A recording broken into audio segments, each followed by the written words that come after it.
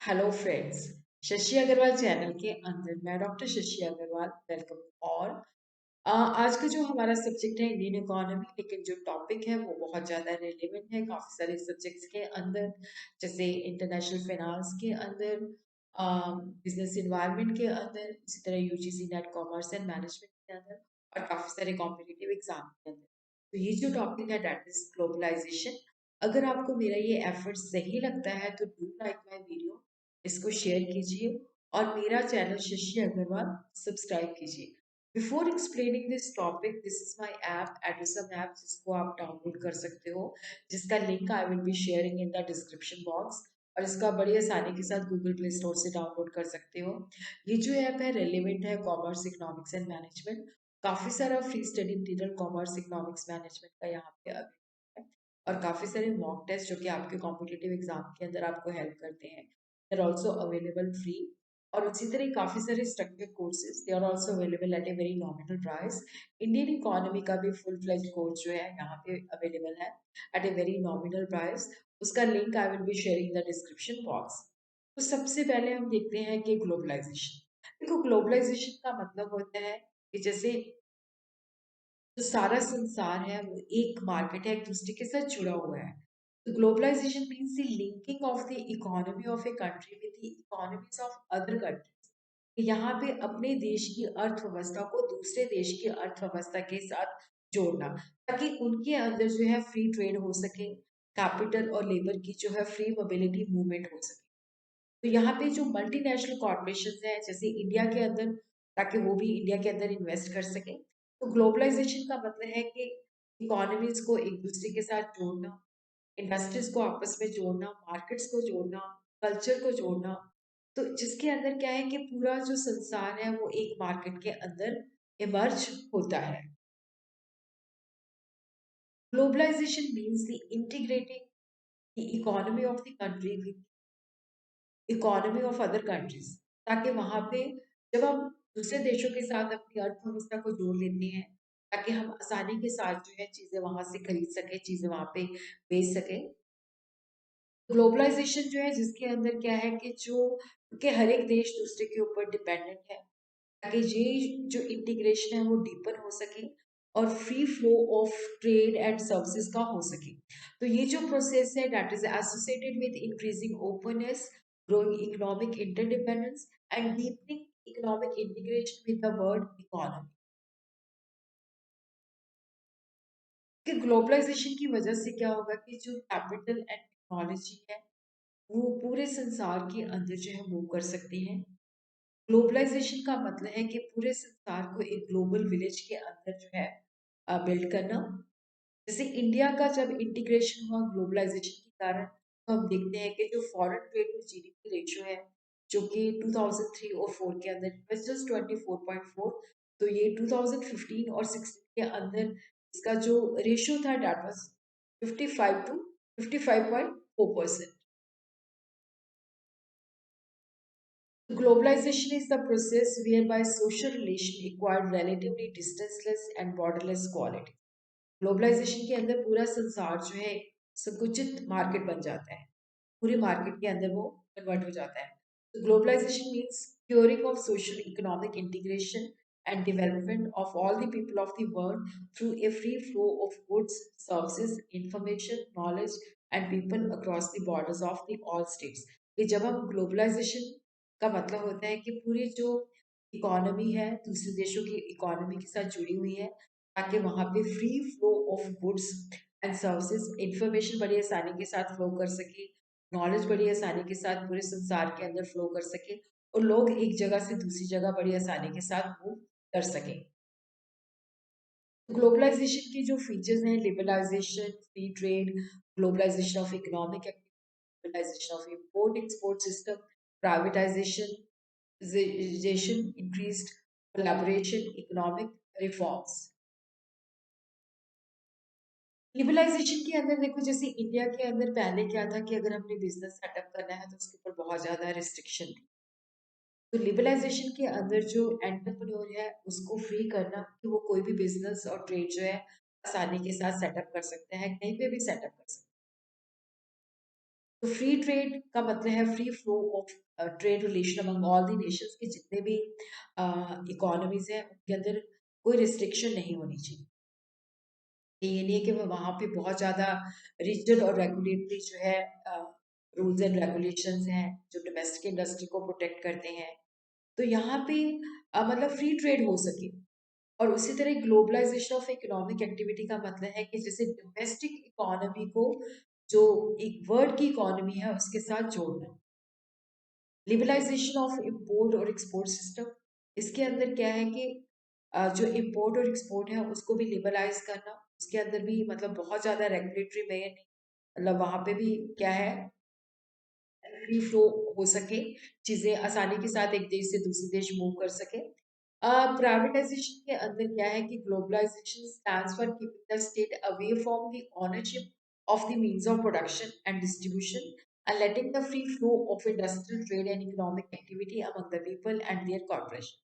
तो ग्लोबलाइजेशन के अंदर क्या है कि जैसे ज्यादातर क्योंकि ग्लोबलाइजेशन से पहले क्या था कि स्टेट्स जो थी उनके पास ही केंद्रित होते थे मीन्स ऑफ प्रोडक्शन। तो कि वहां से हमने जो है उनको प्राइवेटाइज करना कि जो मीन्स ऑफ प्रोडक्शन है डिस्ट्रीब्यूशन है वो लोग जो है उनको आसानी के साथ ओपन अप कर सके, अपनी ऑर्गेनाइजेशन को सेटअप कर सके, इकोनॉमिक एक्टिविटीज को चला सके। तो ग्लोबलाइजेशन के अंदर ज्यादातर जो स्ट्रेस दिया जाता है that is on privatisation. Increased collaboration, encouraging the process of collaboration among the entrepreneur with a view to secure rapid modernization, development, technological advancement is a feature of the globalization। देखो जब हम globalisation की बात करते हैं तो जो उद्यमी है पूरे संसार के अंदर, जो वर्ल्ड के अंदर है, उनकी आपस में कोलैबोरेशन हो सके। जिसके अंदर क्या है कि इससे क्या है कि जब पूरे देश पूरे संसार के अंदर पूरे वर्ल्ड के अंदर जो एंटरप्रेन्योर है एक दूसरे के साथ इंटीग्रेट होते हैं, तो वहाँ पे क्या होता है कि दूसरे देश के अंदर किस तरह की डेवलपमेंट है, किस तरह की टेक्नोलॉजी यूज होती है, तो वो सारी चीजें जो होती है मतलब ग्लोबलाइजेशन से बेनिफिट होता है, कोलैबोरेशन होती है और मॉडर्नाइजेशन होती है, टेक्नोलॉजिकल एडवांसमेंट होती है। और उसी तरह क्या है कि ग्लोबलाइजेशन की वजह से इकोनॉमी के अंदर काफी सारे इकोनॉमिक रिफॉर्म्स होते हैं, फिजिकल एंड फाइनेंशियल रिफॉर्म्स होते हैं ताकि फ्री ट्रेड को बढ़ावा दिया जा सके, मीन्स ऑफ प्रोडक्शन जो है वो प्राइवेट हैंड्स में जा सके और जो भी काम है वो मार्केट फोर्सेस के बेसिस पे हो सके। उसी तरह जो आउटसोर्सिंग है वो भी ग्लोबलाइजेशन का एक मेजर फीचर है, जिसके अंदर क्या है कि वो अपने देश से बाहर से थर्ड पार्टी को ला सकती है ताकि वो स्पेसिफिक प्रोसेस को मैनेज कर सके। तो यहाँ पे क्या होता है कि जो आउटसोर्सिंग होती है ताकि जो कॉस्ट है उसको हम रिड्यूस कर सके। This is the very important outcome of the process of the globalisation, जिसके अंदर क्या है कि हम पूरे आउटसाइड वर्ल्ड से बिजनेस सर्विसेज को हायर करते हैं, कॉल सेंटर्स हैं, ट्रांसक्रिप्शंस हैं, क्लिनिकल एडवाइस है, टीचिंग है, कोचिंग एंड लाइक है। तो इससे क्या होता है कि कॉस्ट को काफी हद तक कंट्रोल किया जाता है। तो इसकी आउटसोर्सिंग जो होती है अपने देश से बाहर होती है। उसी तरह हम देखते हैं कि what are the policy strategies जो ग्लोबलाइजेशन को प्रमोट करती हैं। Increase in the equity limit of the foreign investment, partial convertibility, long term trade policy, reduction in tariff, export promotion, freedom to repatriate. तो हम वन बाय वन करके जो है study करेंगे। इंक्रीज इन फॉरेन इन्वेस्टमेंट का मतलब है कि देखो जैसे पहले हमारे देश के अंदर जो था कि अगर कोई बाहर मतलब बाहर से जो कंपनी है या बाहर का देश जो है अगर वो इन्वेस्ट करना चाहता है तो उसके ऊपर रिस्ट्रिक्शन थी। अब ये जो limit of foreign capital investment जो है रेज कर दी गई है और कईयों के अंदर तो ये 100% तक चली गई है। और इसी तरह क्या है कि in many industries foreign investment to the extent of 100% has been allowed without any restriction. उसी तरह जो फैरा था फॉरेन एक्सचेंज रेगुलेशन एक्ट था, जो कि बहुत ही रिजिड एक्ट था और जो कि फॉरेन कैपिटल के रास्ते में काफी सारी रुकावटें भी डालता था, तो उसको एक liberal act foreign exchange management के साथ रिप्लेस किया गया है। और उसी तरह जो नॉन रेजिडेंट इंडियंस हैं जो कि फॉरेन के अंदर सेटल्ड हैं, अगर वो इंडिया के अंदर इन्वेस्टमेंट करते हैं तो उनको काफी सारे इंसेंटिव जो है दिए जाते हैं। इसी तरह partial convertibility of Indian rupee, तो यहाँ पे partial convertibility of Indian rupee was also allowed. तो ये इकोनॉमिक रिफॉर्म के साथ मैच करता था। इसको पार्शियल इसलिए कहा गया क्योंकि ये कैपिटल ट्रांजैक्शन को कवर नहीं करता था। पार्शियल कन्वर्टिबिलिटी का मतलब था कि जैसे हम जो भी मार्केट के अंदर जो डिमांड और सप्लाई के बेसिस पे जो फॉरेन करेंसी की मतलब एक्सचेंज रेट डिटरमाइन होता है उसके ऊपर हम बाय और सेल कर सकते हैं। और कन्वर्टिबिलिटी जो थी वैलिड थी कि अगर हम जैसे गुड्स एंड सर्विसेज की इंपोर्ट और एक्सपोर्ट करते हैं, जैसे इन्वेस्टमेंट के ऊपर इंटरेस्ट और डिविडेंड पे करते हैं या फैमिली एक्सपेंसेस के लिए रिमिटेंस करते हैं, तो वहाँ पे पार्शियल कन्वर्टिबिलिटी उसको फॉरेन जो करेंसी थी उसके अंदर हम कन्वर्ट कर सकते हैं। Foreign trade policy was also enforced for long duration 5 years. India की जो प्रेजेंट फॉरेन ट्रेड पॉलिसी है 2015 और 20 वो लिबरल पॉलिसी है। बहुत सारे रिस्ट्रिक्शंस और कंट्रोल जो थे वो हटा दिए गए थे, तो ओपन कंपटीशन को काफी इनकरेज किया गया था। उसी तरह काफी सारी कस्टम ड्यूटीज और टैरिफ जो थे इंपोर्ट और एक्सपोर्ट के ऊपर वो भी काफी सारे कम धीरे धीरे करके कम किए गए हैं। एक्सपोर्ट प्रमोशन, उसी तरह एक्सपोर्ट के लिए स्पेशल फैसिलिटीज जैसे कंसेशन लोन्स, काफी सारे टैक्स बेनिफिट्स और प्रोसीजर के अंदर भी उनको सिंप्लीफाई किया गया, लेस फॉर्मेलिटीज, ताकि एक्सपोर्टर जो है अपना जो फॉरेन ट्रेड है उसके अंदर शेयर इंक्रीज हो सके। फ्रीडम टू रीपैट्रिएट, देखो न्यू इकोनॉमिक पॉलिसी आने से पहले जो फॉरेन इन्वेस्टमेंट इंडिया के अंदर परमिटेड थी, बट ये रीपैट्रिएबल नहीं, तो ये बहुत ज़्यादा रुकावट थी। बट फॉरेन इन्वेस्टर जो है, हम इंडिया के अंदर इन्वेस्ट करते हैं तो अपनी जो इनकम होती है उसको अपने देश के साथ बड़ी आसानी के साथ रिपैट्रिएट कर सकती हैं। तो हम देखते हैं कि जो ग्लोबलाइजेशन है इसका पॉजिटिव इम्पैक्ट क्या है और नेगेटिव इम्पैक्ट क्या है। सबसे पहले हम देखते हैं पॉजिटिव इफेक्ट क्या है।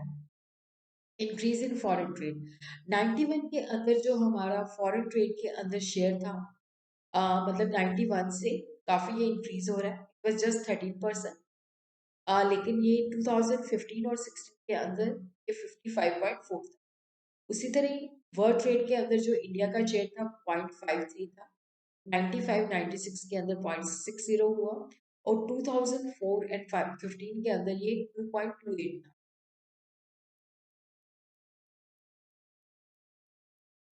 इंक्रीज इन फॉरेन इन्वेस्टमेंट, तरह हम देखते हैं कि increase in foreign direct investment, तो यहाँ पे जैसे फॉरेन कंपनी जो है दूसरे देश के अंदर डायरेक्ट इन्वेस्टमेंट करती है, दूसरे देश के अंदर जो है शेयर वगैरह परचेज करती है। तो 90 के अंदर it was just 0.07 of GDP, लेकिन 92 के अंदर इट वाज 0.10, 2019 के अंदर इट वाज 1.76%। इसी तरह पोर्टफोलियो इन्वेस्टमेंट के अंदर भी काफी इंक्रीज हुआ। जैसे under this type of investment foreign companies institutional investors by shares and debentures of the domestic companies, तो यहाँ पे जो मैनेजमेंट होती थी वो डोमेस्टिक कंपनीज के पास ही रहती थी। तो जो टोटल फॉरेन इन्वेस्टमेंट थी वो 91 के अंदर यूएस डॉलर 10, लेकिन 2007 एंड 2008 के अंदर it was 62 106 million US dollar थी।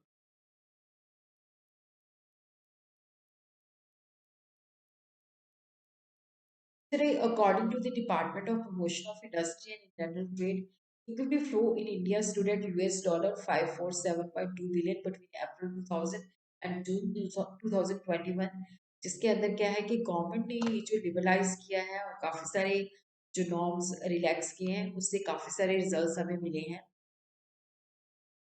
इंक्रीज इन फॉरेन कोलैबोरेशन, और उसी तरह बहुत सी जो इंडियन कंपनीज थी उन्होंने फॉरेन कंपनीज के साथ कोलैबोरेशन भी की है।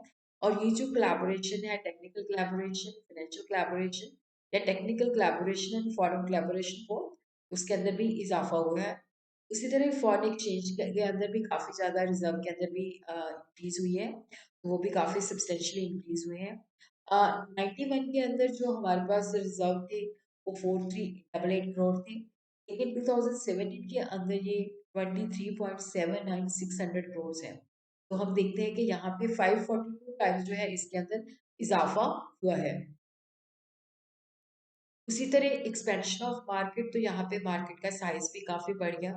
अब इंडियन बिजनेस यूनिट जो है पूरे संसार के अंदर अपना बिजनेस जो है खोल सकते हैं, जैसे इन्फोसिस, टाटा कंसल्टेंसी, विप्रो, टाटा स्टील, रिलायंस जो है बहुत सारे देशों के अंदर जो है अपना बिजनेस चला रही है।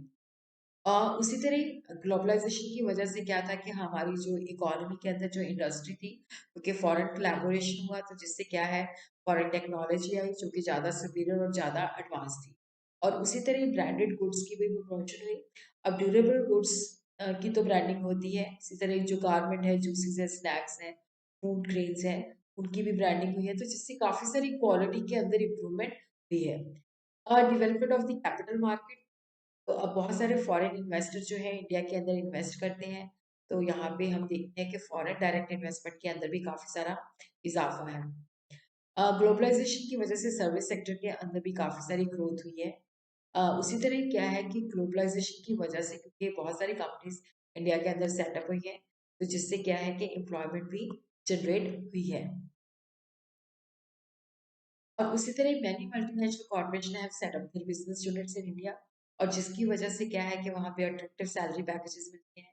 तो इंडिया का जो ट्रेड है वो ट्रेड ज़्यादा नहीं हुआ, क्योंकि वहाँ क्योंकि मल्टीनेशनल ऑर्गेनाइजेशन के अंदर ही उनको इंडिया के अंदर ही काम मिल गया। इस तरह लोगों की सैलरी इंक्रीज हुई, एम्प्लॉयमेंट जनरेट हुई, लोगों का स्टैंडर्ड ऑफ लिविंग भी काफ़ी हद तक इम्प्रूव हुआ। उसी तरह हम देखते हैं कि जो ग्लोबलाइजेशन है इसके नेगेटिव इम्पैक्ट भी थे।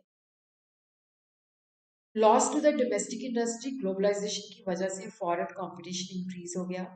जो इंडस्ट्रियल यूनिट थे वो इतने ज़्यादा इफेक्टिव एंड एफिशिएंट नहीं थे, वो इतना कम्पीट कर पाए, तो वो कंपटीशन फेस नहीं कर पाए, तो उनको हमें क्लोज करना पड़ा। और उसी तरह जैसे काफ़ी सारे, क्योंकि यहाँ पे जो प्रोजेक्ट्स लगे वो कैपिटल इंटेंसिव थे, लेबर इंटेंसिव नहीं थे, जिसकी वजह से क्या था कि डोमेस्टिक इंडस्ट्री काफ़ी सारी बंद हो गई, क्योंकि वो फॉरेन जो मतलब जो एमएनसीज खुली थी उनके साथ कम्पीट कर पाई, तो काफ़ी सारी बेरोजगारी इसी वजह से फैल गई।